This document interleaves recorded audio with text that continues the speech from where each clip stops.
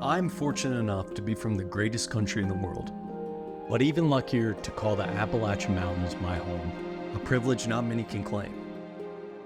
I was born in the New River area of West Virginia, a place that will always feel like home to me, but I also grew up in an equally special place, one that almost feels magical, the Shenandoah Valley. And this is where I made lifelong friends, terrorized my older sister, discovered my passion for filmmaking, and found countless ways to serve my community. It's a place where I learned the value of hard work, creativity, and the importance of staying connected to the people and places that shape who we are. Every corner of this land holds a memory, a lesson, and a story that continues to inspire me every day. While I was brainstorming an idea for my new series, it was obvious that my home should be the setting. And what better place to tell a captivating story about folklore and history than in the Shenandoah Valley? Its rolling hills, misty mornings, and deep-rooted traditions provide the perfect backdrop for exploring the mysteries and legends that have been passed down through generations. The valley isn't just a setting, it's a character in its own right, with stories waiting to be uncovered and shared. Oh yeah, did I mention? Sasquatch lives here.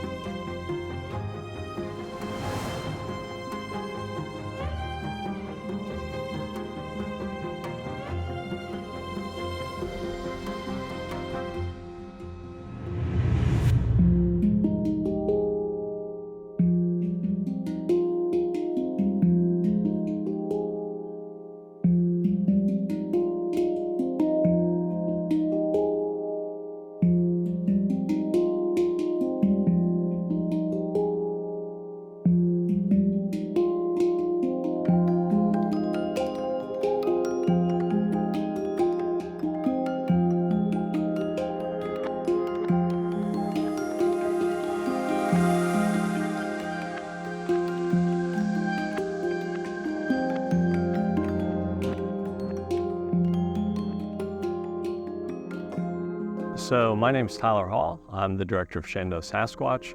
Shenandoah Sasquatch is a series that follows a group of researchers here on the East Coast, and more specifically here in Virginia in the Shenandoah Valley.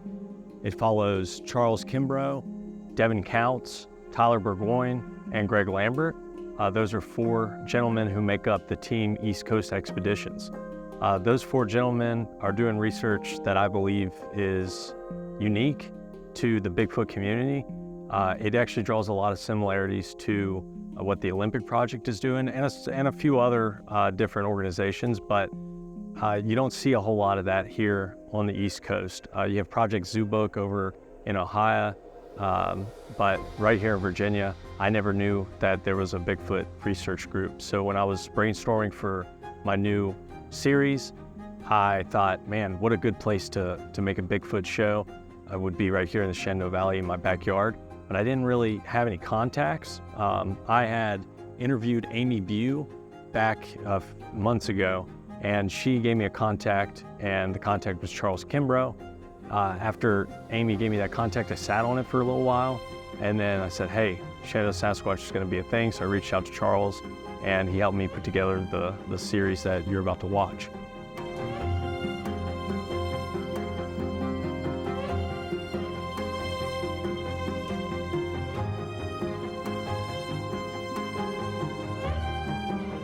Bigfoot. So this is kind of funny. I had totally forgotten about this, but the first time I'd ever heard the phrase Bigfoot, I was probably 7 years old, and I was on the playground. I'm originally from Alabama, and I remember being out on the playground, and one of the teachers that was out watching her class screamed and started pointing across this little pond.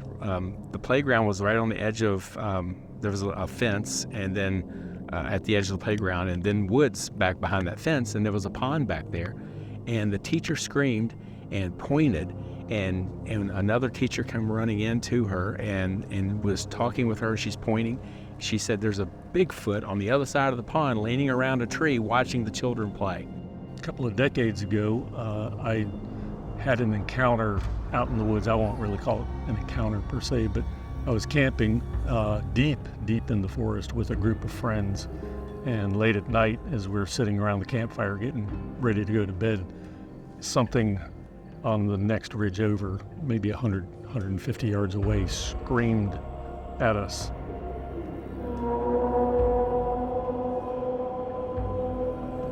In the middle of the night. And it was shocking. And that kind of stuck with me over the years. And then sometime later, I was with another friend in the same area, and we were cavers. And so we were looking for caves. And we found a new cave that we hadn't been in, and we crawled into the entrance room of this cave, and there was a dead doe laying there inside this cave. And it wasn't damaged in any way, like a carnivore drug it in there or eaten on it.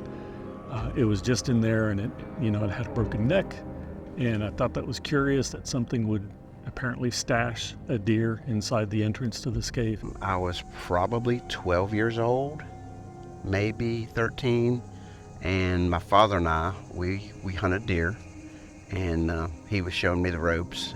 We actually went up on the mountain in the property where we rented, and we're scoping out our deer stands for the season.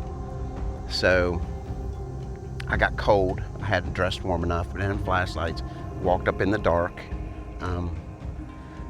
So I told him I'm going back to the house. So we're probably not a mile up the mountain. I start walking back down the road. There were plenty of roads up there. I'm walking back to the house, and I stopped to listen to see if I hear anything. And off to my left on the ridge, I hear footsteps. Well, when I stopped, it stopped.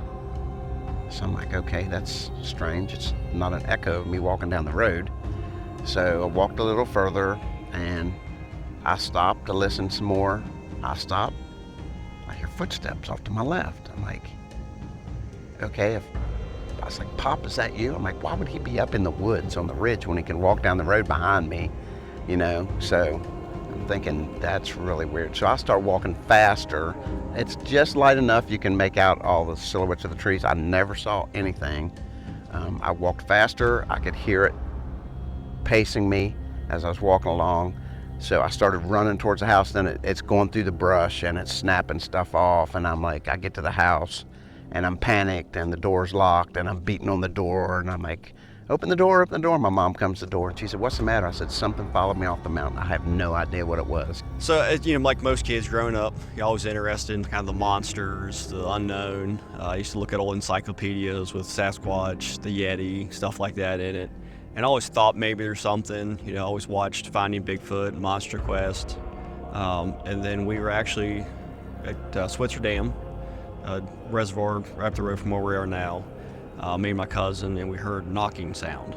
So we went over, paddled over to it. It was up a steep bank, so it's like, that's kind of odd. So we knocked on the side of the kayak, and it responded. So it went back and forth for a while, and it finally stopped. And I'm like, well, that's kind of interesting. That was the first time I'd ever heard the word Bigfoot. I had no idea what it was. And they immediately rounded up all the kids and got us inside and to safety. I guess they were afraid this thing was going to come and attack us. I don't know. And that was something that I was actually involved with, and I was a part of it and didn't even realize it. And I'd forgotten that for all these years until I went back to Alabama to visit family. And while I was there, I'm just going around reminiscing and drove past my old school. And then I remember I saw that pond behind the playground, and that brought back that memory of like, that's where that Bigfoot was. I had forgotten about that. But, and that was only like 3 or 4 years ago. So it hadn't even been that long ago since that memory kind of came back. Filed those away and never really thought about them again. Then, a decade and a half goes by, and I'd gotten out of caving. I was kind of looking for a new hobby to get into. And just cruising through the internet, I came across the BFRO's website. I started studying the reports in there, kind of connecting dots, seeing a lot of patterns emerging from all of their reports. And then I came across their audio recordings, and I started listening closely to those, and I realized based on some of my experience and training from the past, that there was consistency in those audio files. And so that led me into digging a little bit deeper. I remembered that scream from a decade prior, and that just began my journey of looking deeper into this kind of research. We had some other weird stuff go on out there that was unexplained. And then 1972, I believe, I never thought anything Bigfoot related to that. But I was interested in the subject. I'd read stuff, and I'd try to get a hold of magazines or books, anything I could find to read on the subject. Then I'm thinking, okay, they're out in the Northwest. There's no Squatches, Bigfoot around here. Then the Legend of Boggy Creek came out, I believe, in 72. Saw it at the theater, and I'm like, okay, this is not Northwest.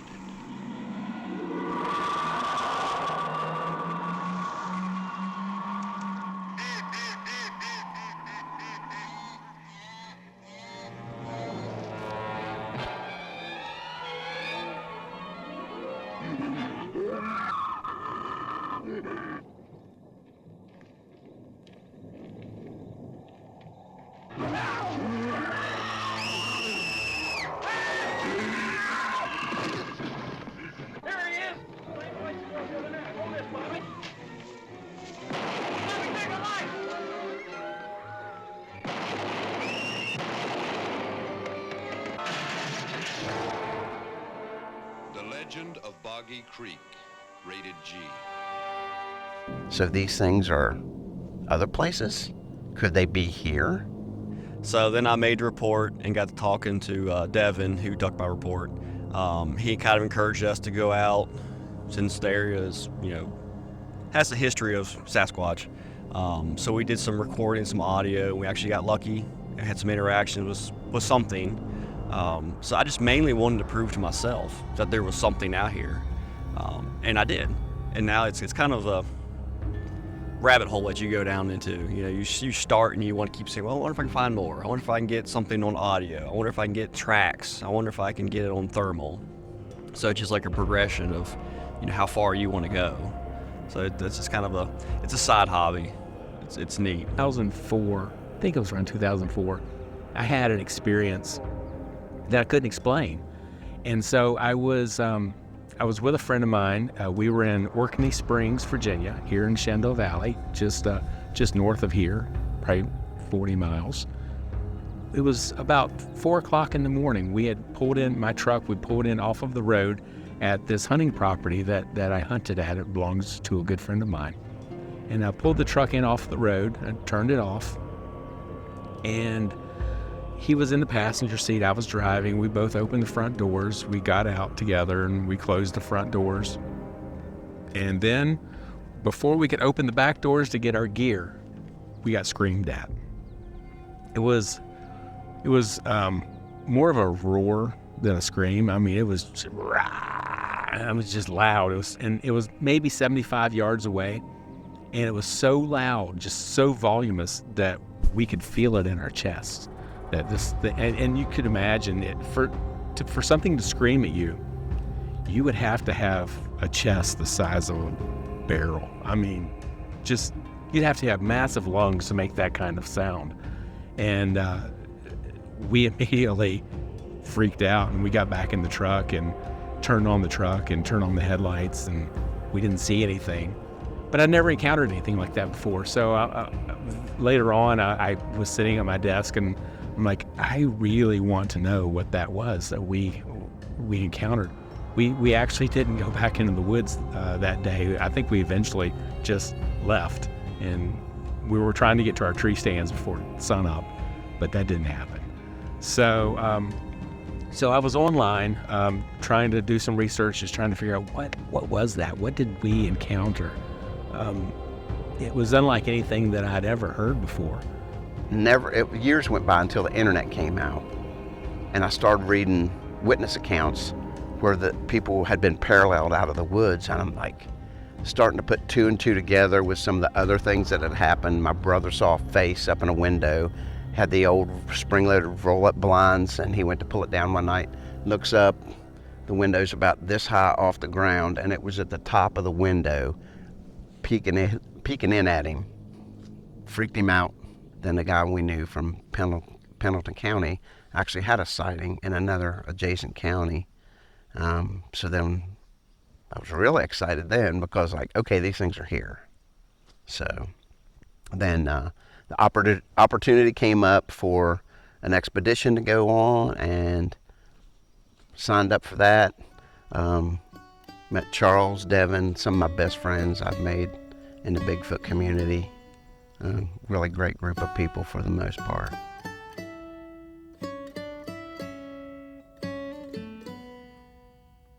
Well, like I mentioned earlier, Alabama is where I grew up originally. So I was actually born in Pensacola, Florida, and but all of my family is in Alabama, and we lived there up until I was 8 years old. When I was 8 years old, we moved to Virginia, and then we moved right here to Shenandoah Valley. I had an uncle that lived in Stanton, Virginia, and so that was where my mom was following him to get closer to family, and so this is home now. It's been home since then. I've moved away once for 6 months. Didn't like it.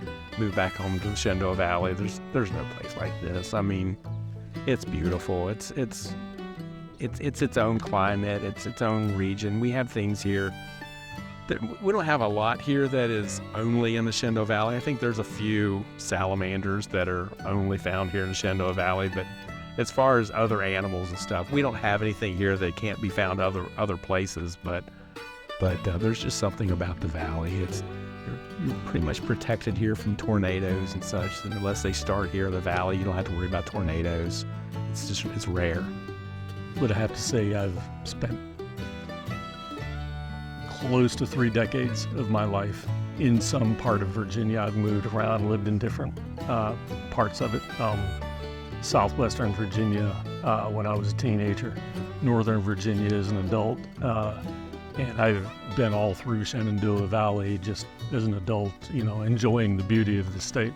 So this is definitely my home, despite having lived in other places throughout the course of my life.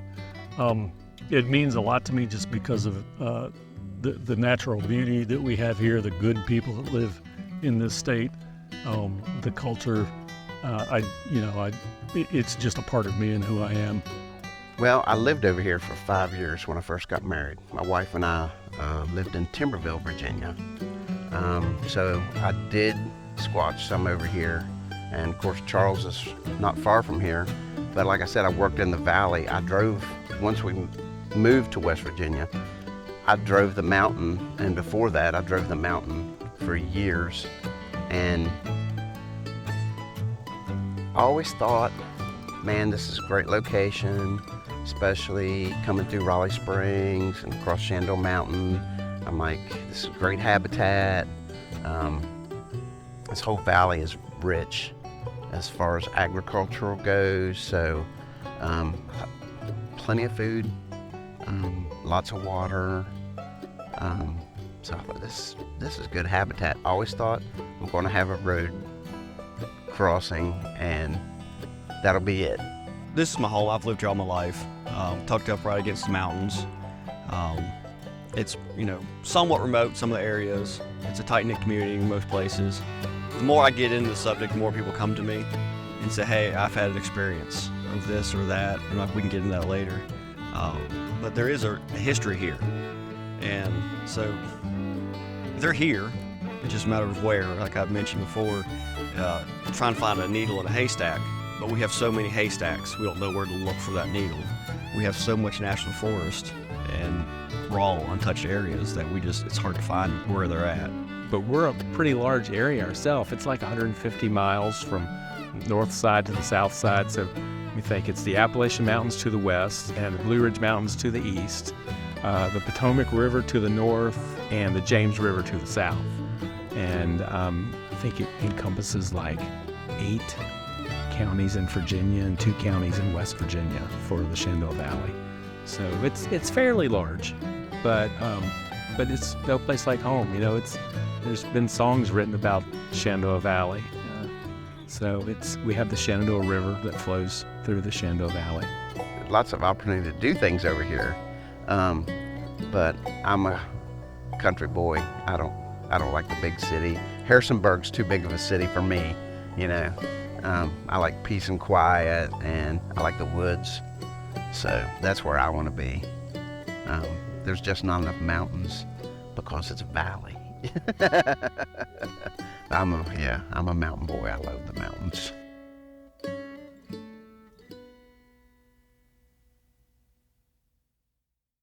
I came across some audio files online, and the guy that had posted them said, "This is a Bigfoot," and he called it a roar.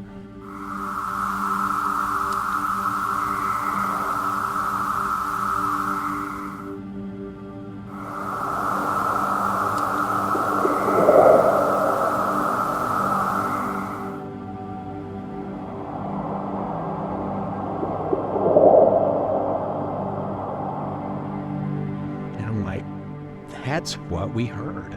That's exactly what we heard. And funny enough, the person that posted this video went by the name Monongahela.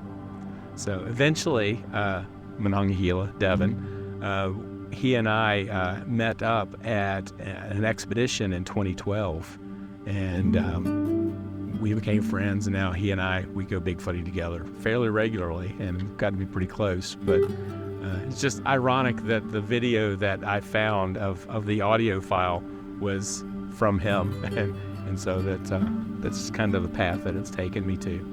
So my name is Devon Kels. I'm a systems engineer and a defense contractor. I work around the Washington, D.C. metro area for defense contracting companies. I'm a bit of military brat, so I've moved around, mainly in the South, Georgia, Florida, Alabama, a little Maryland, a lot of Virginia in my life. What are your goals with this research? For me, they've changed a little bit over time. Initially, it was to kind of help demonstrate to myself, prove one way or another, is this legitimate? Is there something out there? Because I believe the science could help prove that one way or the other. And then once I had become satisfied with myself that yes, there is something out here that's making these vocalizations, leaving tracks and other types of evidence. Beyond that, it became, okay, what can I do to advance what we know about these things and leave some kind of a record behind so that if others come along and they want to do similar types of research, they have something to reference and look at and then build upon as they move forward. Everybody, it's always been a big joke, oh yeah, you're looking for Bigfoot, you take a lot of heat, a lot of ridicule if you tell people, hey, I'm looking for Bigfoot. It takes time though. It's just a hobby for us. We're citizen scientists, but yeah, prove that it really exists and get some protection for it. But they're so elusive. I don't know if they really need that much protection from us. They're pretty elusive at times, but once you find them, they will interact with you. So that's my goal, prove that it exists. My goals are mainly to prove to myself, which I feel like I have. So now it's just trying to convince the scientific community that, hey, there is something here. We should be looking at this. I personally believe it's some sort of unknown ape in North America. Some of the interaction people had, the audio of chest bumping, the mumbling. So I believe it's some sort of ape, but I just want the scientific community to say, hey, there is something here, that these people who see these things aren't crazy and they're legit. And I think it'll take some of the stigmatism away from people who think they see something and are afraid to say anything because they're ridiculed. So I want the people who don't have a voice to say, hey, I actually did see this. I'm not crazy. So East Coast Expeditions is it's a private group. I lead a group of researchers, all experienced researchers. It's actually a Facebook group, but it's a hidden Facebook group. You can't go in and search and find it. You have to be invited to it.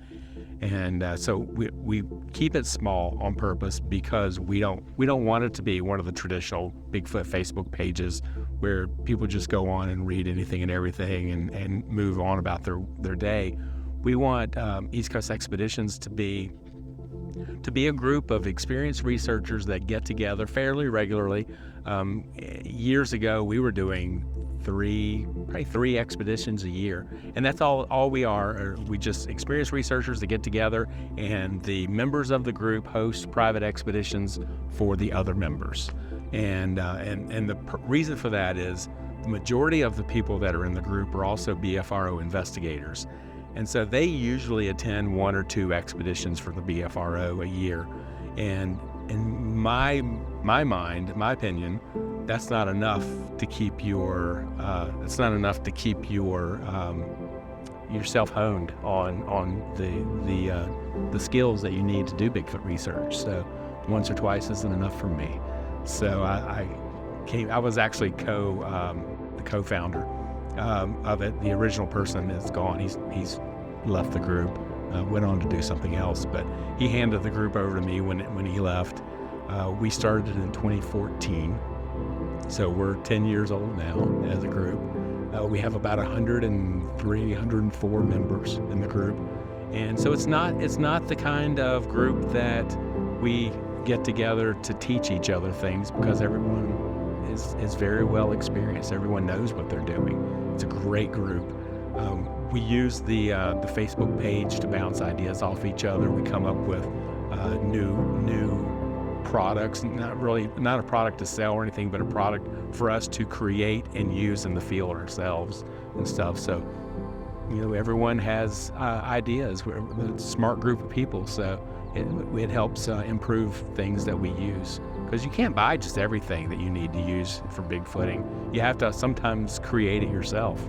So when I started looking at this, I saw the kind of research that everybody else was doing, and they're all focused on, can we get a picture, can we get a video, can we cast a track, can we get hair samples? Eventually they started looking at DNA, can we get a DNA sample of it? Which is all great, that's all wonderful evidence to collect, but it's very spare and sparse and hard to come by. And based on my experience, my prior experience and interest in audio recording, audio analysis, I knew that audio was one avenue of evidence that wasn't being pursued methodically. There were a few recordings, for instance, on the BFRO's website that existed. There were the Sierra sounds from the 1970s and what have you.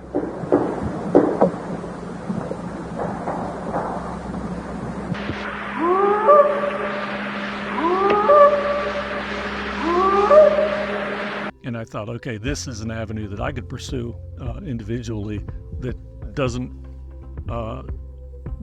replicate anything that anybody else has done in the past, and could offer some new evidence.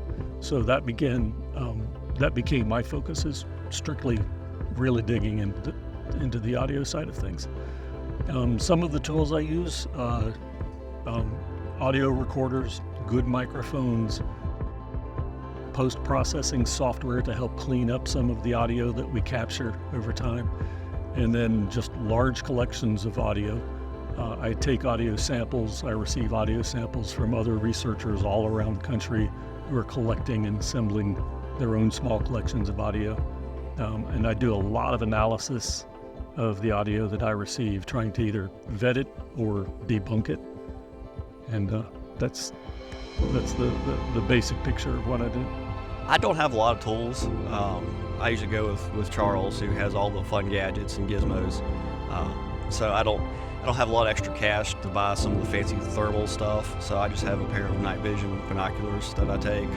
I have a recorder. I think it was a Sony recorder that I've caught some pretty decent audio with. And then just a red headlight, just basics. You don't need a whole lot to get out in the field and do research. Everyone uses what they're more comfortable with when it comes to Bigfooting. Me personally, there's two things that my go-to tools for research. About 90% of what I do for work is thermal video detection system. So I detect vehicles and pedestrians using thermal imaging. And the algorithms are so advanced, it can tell a difference between a bicyclist and a pedestrian and such. So my background makes it so that I tend to lean towards video detection, video systems, cameras, thermals, whether it's a color camera or a thermal camera, or night vision. Video is my go-to. Well, I have a FLIR Scout, which is basically the low end on FLIR's thermal cameras as far as that goes. I've got a few audio recorders. I try to carry some hydrocal or something in my pack with some water in case we do come across a trackway. Haven't got to cast a track yet. I've been with groups who found a track, but somebody else would spot it before I got to it and then would cast it. So I like the physical evidence part of it. I believe if you don't have data, you don't really have any evidence to support your argument. And that's why I focus on audio, because I can capture good data with bioacoustic analysis. That's the science of studying the vocalizations of animals and things like that. You can actually analyze the audio data that you've collected and build a potential consensus on, the data that you have. Without that data, it's just hearsay. You can't replicate a vocalization or any other signal that you might capture and convince anyone based upon what you've replicated.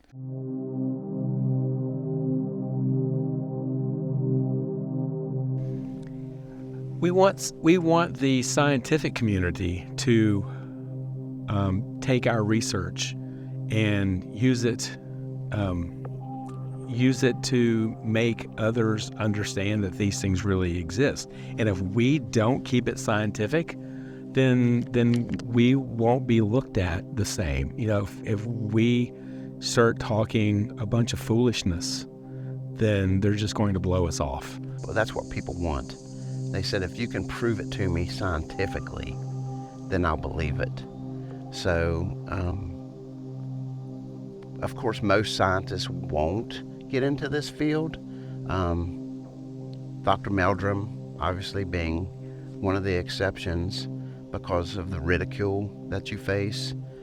It could probably cost you professionally as well. You have to keep it scientific. I have opinions on what I kind of think they are, but in reality, I'm waiting for Darby Orcutt's DNA research to be complete and see what he comes up with. But and whatever he finds, in my eyes, will be truth.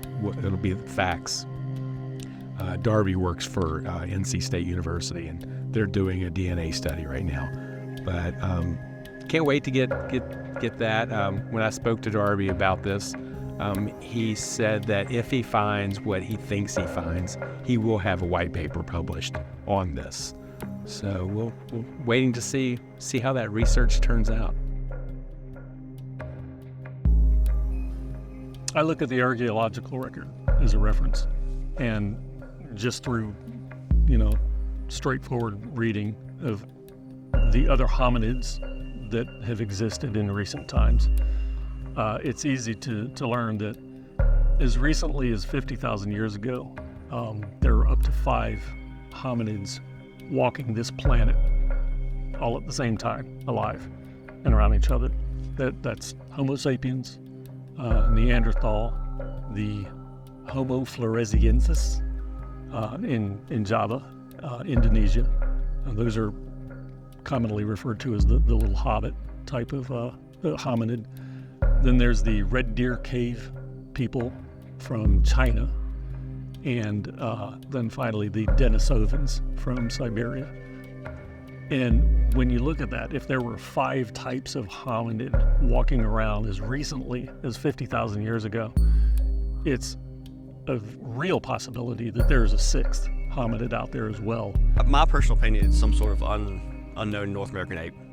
So I don't know if it's a descendant of something else or if it's just, I don't know what it is. But I don't take a whole lot of stake in the supernatural stuff. I think it's more flesh and blood. I know I don't discredit other people's experiences because I don't know what they saw. So I tend to believe if they saw, a Bigfoot and then disappear in the thin air, I wasn't there, I didn't see it, so I believe them. But my personal opinion is it's flesh and blood, some sort of North American ape. There's reports of these things. Of course, you got the Yeti in Nepal. I've heard reports from Afghanistan. A soldier saw one climbing up a rock face. So I think these things are descendants of Gigantopithecus that came across the land bridge from Asia. We've got a little bit of fossil record, not a whole lot, but that's my belief.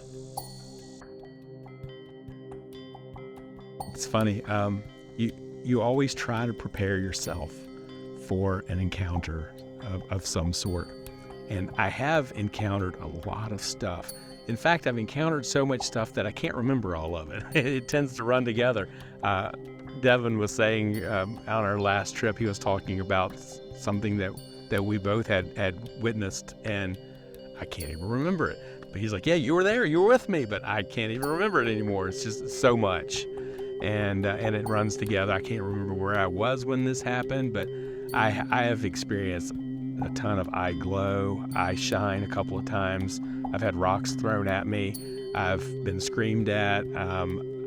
Tons of wood knocks. I've had wood knocks as close as probably 30 or 40 feet from me. One was so loud that I literally fell off my chair because it's so startling. When something like that hits and it's that close, you jump.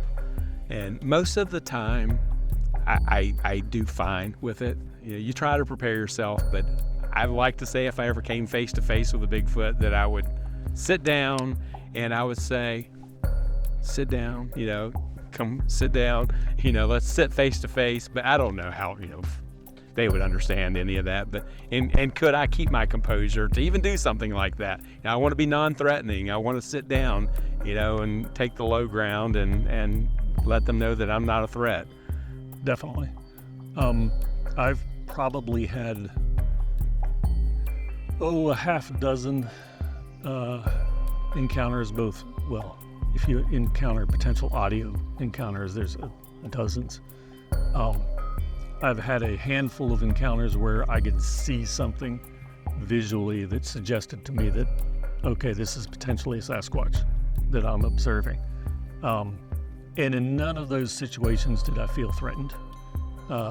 It was very safe. What I saw was apparently looking at me, observing me, and I was observing it, but it was keeping its distance, and it would, eventually move away and just carry on with whatever it was doing. So yeah, I would love to actually have a good, clear sighting, and I've never felt any threat when out in the field doing this. Yes, absolutely. When you get interaction, you just want to have more interaction. But yeah, it's really neat because we don't know everything as humans. We think we do. Science doesn't know everything. They're learning new things all the time. So yeah, this thing's so rare that aspect of it makes it even better because it's so rare and you get interaction with them at times if you're doing sound, or you can find a trackway and cast a track. It's cool stuff, man. It's discovery. We're inquisitive too. We're we want to know about the world around us. So yeah, it's like pioneering. It's discovery. You're discovering new things. Your whole life, you're always discovering something new. Something that's always new. Yeah, we've done some research out in the field near where I live back in 2010, 2011, where we've actually seen eye glow.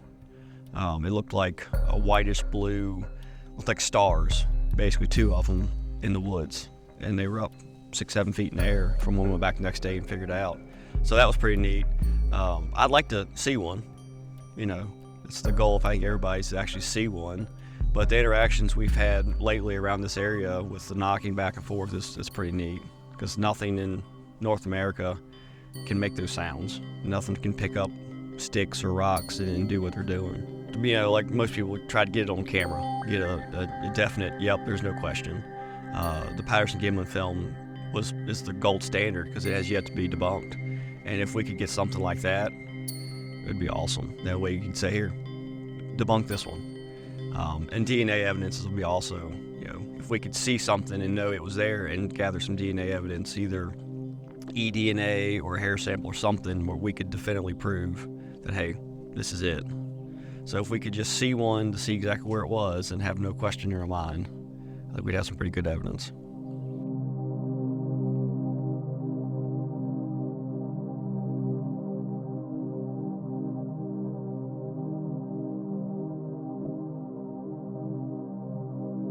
So DNA research has been done before, and typically it comes back, the conclusion comes back contaminated, human. And at that point they say, well, whoever collected it contaminated the evidence, so it's their DNA. But Melba Ketchum claims to have taken it a step further. Instead of stopping at that point, she continued to break down the DNA and to determine what it is. And she's coming back and saying that the nuclear DNA and the mitochondrial DNA, one goes to original female, one goes to the original male. And the original male is unknown primate, but the original female is human, is what she claims. I think they're intelligent. They're very intelligent. And there's not that many of them. So, you know, we don't get out into the field very much, out in the woods. It's so sparsely, well, the forest is so dense in areas, and there's not many of them. So you have to be in the right spot at the right time to find it. It's like when you go hunting, you know, you have to be in the right spot at the right time to find them. And the populations are not that big. So I think that has a lot to do with it. And if they don't want to be seen, they're not going to. You know, you can go in these woods behind me. I can stay in this brush and you never see me. Then at some point in history, some human bred with an unknown primate, and that these things are a hybrid, half human, half ape. So they would have the brain capacity of a human and the ability to reason and that sort of thing, and yet the ability of a huge primate, which, you know, much stronger, muscle density is much thicker, and so they're bigger, stronger than humans, but yet they have the ability to think and reason like a human would. And at that point, I would have to say, if this is true, then they would understand that their entire existence depends upon them being hidden. They're smart. They're very highly intelligent. They haven't been around this long, and, you know, without being intelligent and knowing to avoid humans, that humans are trouble. So that's why. Population-wise, that's been a big debate. How many are there across the United States, North America? Yeah, they're so rare and intelligent, and the places they are, they like places that are inaccessible a lot to humans. I mean, they do come around civilization to scavenge food, and we're curiosity to them. They're very curious, so they watch us from time to time to see what's up. Through some, you know, adaptation over time, has managed to survive to the modern day. And possibly a part of that survival mechanism is its ability to remain reclusive and wily and remote, and, you know, and stay disconnected from this larger hominid population, which is us, the Homo sapien. And that's, you know, that's the angle that I come at it from, is the evidence is there to suggest there's no reason why we couldn't have a sixth hominid out there.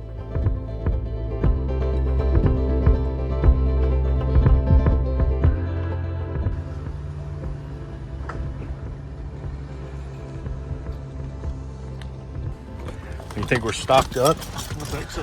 All right. Probably good turkey hunting. stronger than anything. Mm-hmm. Fire definitely came through here recently. For sure. Look at all the leaf litter burned in the ground. That's probably. Garrett, what do you think about the property so far? It looks like it's going to be easy to walk on at least. Yeah. Nice and open. I don't see much of a food source besides maybe some oak trees, some acorns, but it seems like it's going to be pretty nice to navigate at least. What do you think?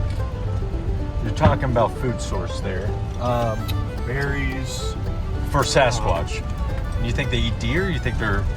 Yeah, probably. I'm sure this is good for deer and turkey and different things like that. I just meant like, I'm sure they're omnivores, like a supplemental food source, like berries and stuff. With the recent fire that looks like it came through, I don't know if that stuff has grown back yet. It doesn't really look like it. I'm not seeing a whole lot. Yeah. Blueberries. Yeah, right. That's what I was going to say. Like blueberry would thrive here now, I guess. I mean, are we high? Yeah, we are. We are high enough. Yeah, like right in here. I mean, I don't know what was here before, so. Right. I mean, looks like some new growth pine is growing in this area too, which is interesting. We don't have a whole lot of that in Virginia. It's probably a lot of Virginia pine and pitch pine that requires fire to grow.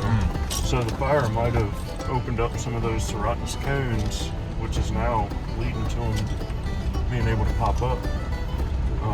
In this area, there might not have been a lot of fire before what happened, so you wouldn't see a lot of pine until a fire happens. So.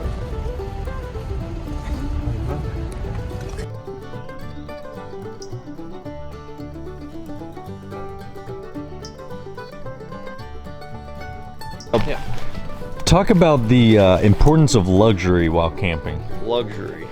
Look at this. Well, when we're out here, and especially when it's hot and humid out, for me it's hard to go to sleep being sticky and humid. So I usually just take a baby wipe and wipe stuff off, but since we have all these extra people here and we have access to water, if we want to take a quick shower before you go to bed so you don't feel nasty when you're laying in your sleeping bag, we can do that. It just makes being outside a little more comfortable, especially if you're going to be out for 3 or 4 days, something like that. So makes you feel like a home. Yeah.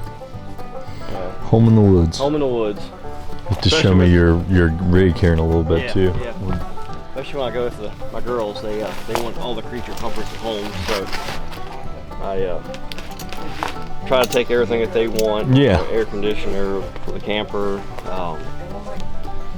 fans for sitting around the picnic tables, good warm food. Got a 12-volt refrigerator to keep our food cold. Dang. Don't have to worry about ice melting and making the food soggy. So.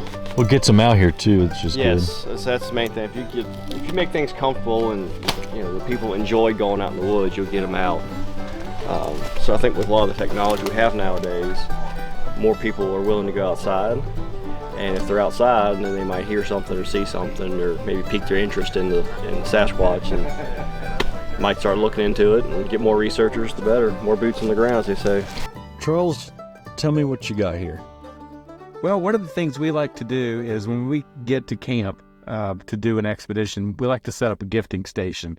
And in the past, it has worked out some. We put out apples. Busy man. Cut. No, I'll probably leave it in. This is going to be a Devon. very raw show. Devon. Yeah, is it a green gate? No, there's not another gate. So I go past the green gate. It should be your first right after you've passed the gravels. Rubber ducky, you're the one. Okay, so I got on the gravels and I turned left. Well, if you came back because you had made a right, then you should have just gone straight through. Yeah, so I went straight on through. Okay, and then it would be your next right. The next right, okay, because I didn't see any kind of a sign like you were saying. It's a little obscure. Yeah, it's a little sign that's hidden in the vegetation. trees. It says camp something. Now I guess it would be a left. Chickahall or something. Chickahall or something like that. that. It'll be a right. To come down here. To come in. But if he went past it, coming back. I'm not sure if he went past it. I don't think he Yeah, went past you. okay. I went past it to a green gate. Oh, okay. Oh, okay. Yeah, it We should be heard on his your left vehicle. now. So it'll be yeah. on your left then on the way back. We heard your vehicle. We hear you. I'm looking into this territory pretty good. Yeah, good. Yeah, we hear you. We'll send a flare We hear up ya. for you. Okay, there is. Boy, that's hidden behind all kinds of stuff. Yeah.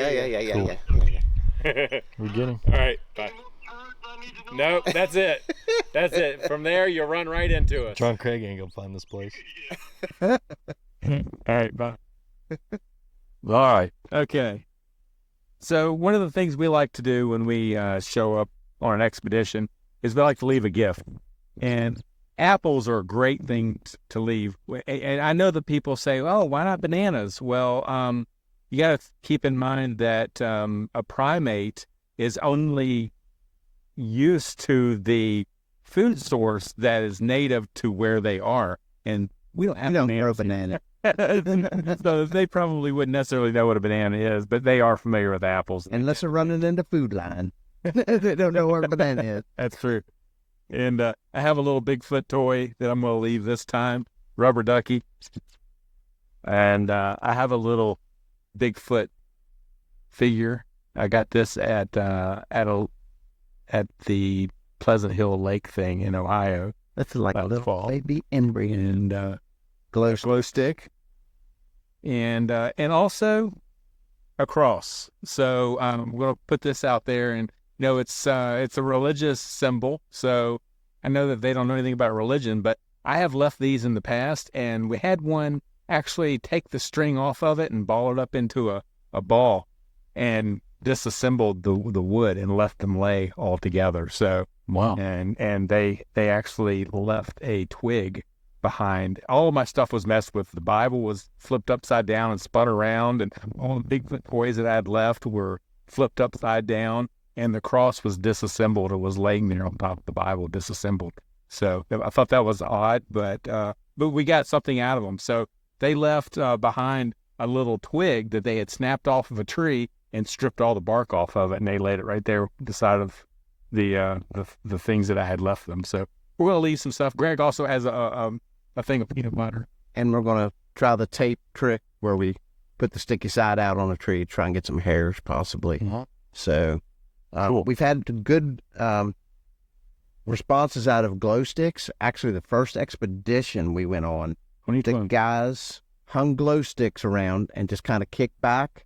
And of course, here's this glowing light out in the woods, and it just piqued the curiosity of a Squatch, and the thing belly crawled up to within, what was it, 20, it was closer than 20 yards, wasn't it? About that one. And they saw it on the therm, but they didn't think it was anything really I know at first. Yeah. in West Virginia. Okay. Yeah, until the guy was looking at it on the therm and it stood up, and then they knew. But yeah, it belly crawled up on them, and they smelled it first, but they attracted it with glow sticks. So something simple like that could actually... Something we see every day, it piques their curiosity. They're curious. Are these gifts to entice them, or is it more to or is it both? Is it to show them that, hey, we're here, we're not here to mess with you? What is it about? You nailed it. It's us. It's kind of a gift to them in hopes of getting something in return. So it's something saying we're here. We know that you're here, and we recognize that you're here, and just take this as a gift. And so it's fairly commonly done at Bigfoot expeditions, and we sometimes have good luck with it. That's also, we're not here to hurt you. We're actually bringing you something. So, that's another thing that I think helps also to get some activity.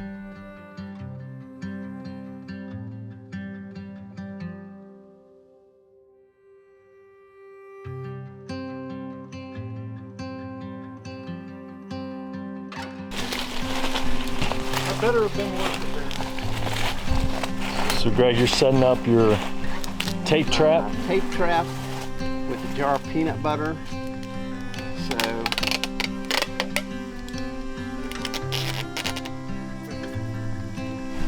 that other branch, you still might get a good thermal hit from here. So I have the sticky side out. And hopefully Squatch will come along and reach up here to get the peanut butter and hopefully leave us some hair.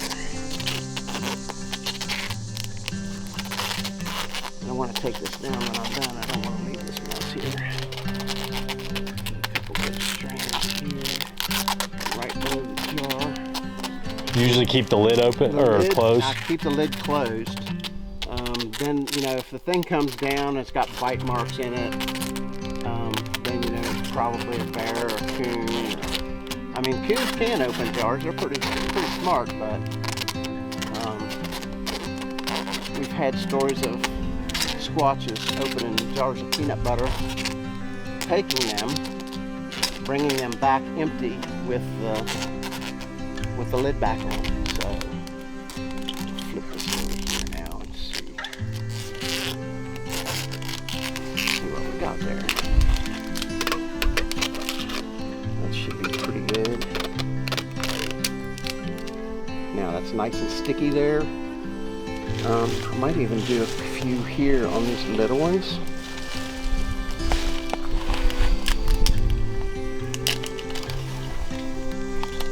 I hope they don't look at it and think this is a trap. Professor Greg, I've got a question for you. Yes, sir? Is the dog's penis like the human? Red rocket. Red rocket. Red rocket. We'll have to edit that out. I was thinking about leaving it and see how long we can get away with it. One time, where were we? In Charles? Oh, that was in Kentucky when we did the whoop. And Charles goes, "Did you fart?" I'm like, "No. Why? Do you smell something?" I thought he was being serious. He weren't not. Even if we don't have any activities, We do. Yeah, good. That's what it's about. That's right. Get out here and have fun. Try to get some activity or some kind of evidence. Now there is a trail right here. This is a really good game trail right Yeah. here. Really Probably beaten stuff down. coming in for water. Yeah. So,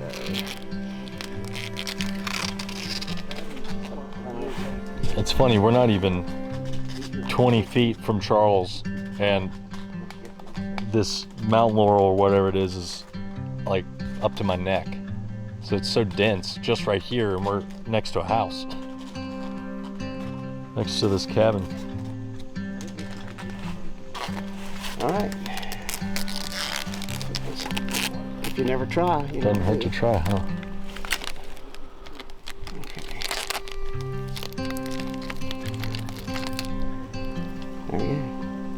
There we go. This looks like a spider web to them, and nothing to see here, Mr. Squatch. Just no tape trying to get hair off of you.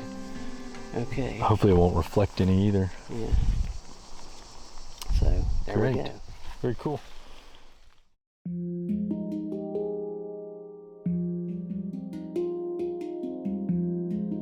Before joining the East Coast Expedition team, I had always been fascinated by the stories of Sasquatch. Growing up, I absorbed every piece of folklore, every television special that delved into the mystery of the elusive creature. But it wasn't until I spent time with the East Coast Expedition team that my curiosity turned into something much deeper. Their passion and determination to uncover the truth about a creature that many dismiss as a myth was contagious. What really struck me was the bond these guys shared. They weren't just colleagues. They were a group of close-knit friends who had spent countless nights in the wilderness together, united by a common goal and a shared sense of adventure. As I watched them work, I noticed how in sync they were with one another. Each person brought something unique to the table, whether it was knowledge of local legends, a sharp ear for the faintest sounds in the forest, or a deep understanding of animal behavior. But what really stood out was how they functioned as a team. They knew each other's strengths and weaknesses, and they relied on that knowledge to keep the search going, even when things got tough. It wasn't just about finding Bigfoot.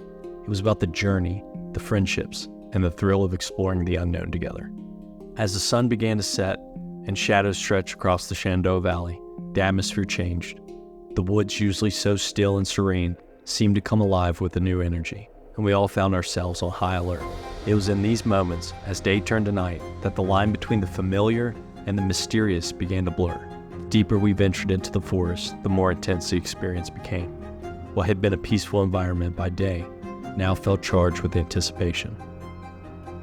As the night wore on, the bond between the team members became even more apparent. There was an unspoken understanding among them, a way of communicating that didn't always require words. A glance, a nod, or a simple gesture was all it took to convey what needed to be done. They had been through this routine so many times before, and it was clear that this was more than just a hobby. It was a way of life, a calling that brought them together in pursuit of something bigger than themselves. The journey into the unknown had only just begun, and I knew that this was a path I wanted to continue exploring. There was so much more to discover, so many more mysteries waiting to be unraveled. Join us next time as we delve even deeper into the mysteries of the Shenandoah Valley and see what secrets we uncover in episode 2 of Shenandoah Sasquatch.